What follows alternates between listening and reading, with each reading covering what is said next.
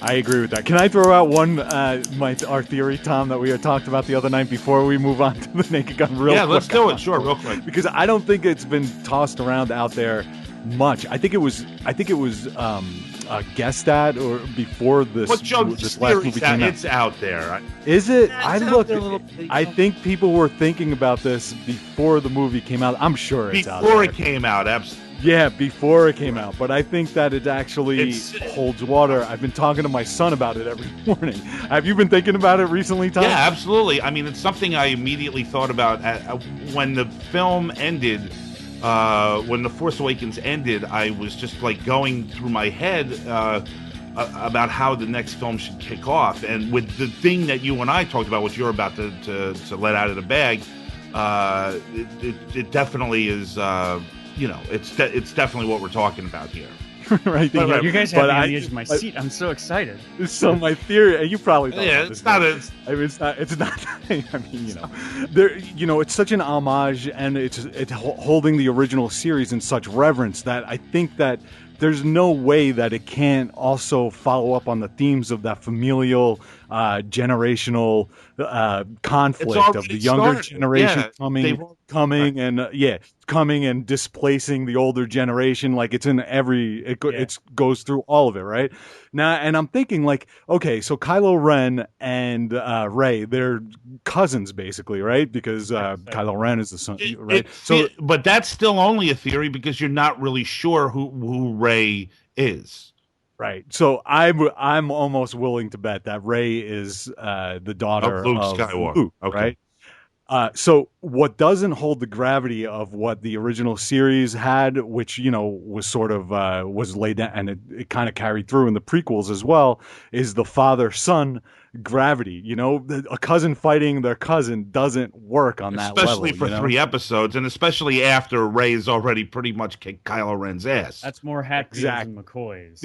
Right. So my theory is that Luke is Luke is going to end up being a part of the dark side. Like he's turned to the dark side, and he's somewhere behind this Snoke character, and that I just don't think that there's any way that Luke is not part of the dark side right now, and Rey is going to have to basically try to unseat him or fight him or whatever the case is. I like it. I like it too, and I thought that the way to kick off the next episode would be if they, like, he's facing her for the first time at the, listen, if if you haven't seen this movie already, whatever, he's facing, they're face to face at the end of The Force Awakens. And I was thinking it would just be great if they started off episode 8 with Luke just immediately attacking her and fighting her.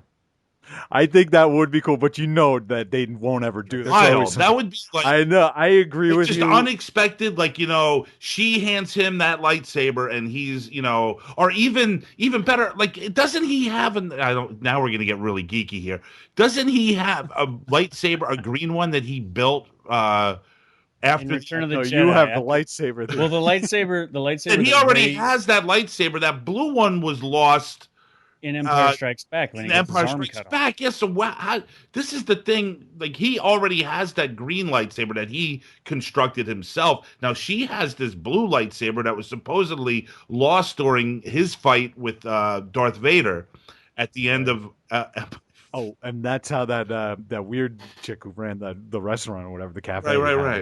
Right. Yeah, it all makes sense to me, and it's actually, even if you look even further into what happened in this 7 episode, Kylo Ren is a good guy trying to be bad. Like he's inherently good, he's even bad, though Joe. He's bad. He's bad. Yeah, he killed Han, right? Of course, I mean, that's terrible. But this is going to be the struggle is that Rey won't be able to defeat Luke on her own, so she's got to try to enlist Kylo Ren to turn over to the good side. That's interesting stuff.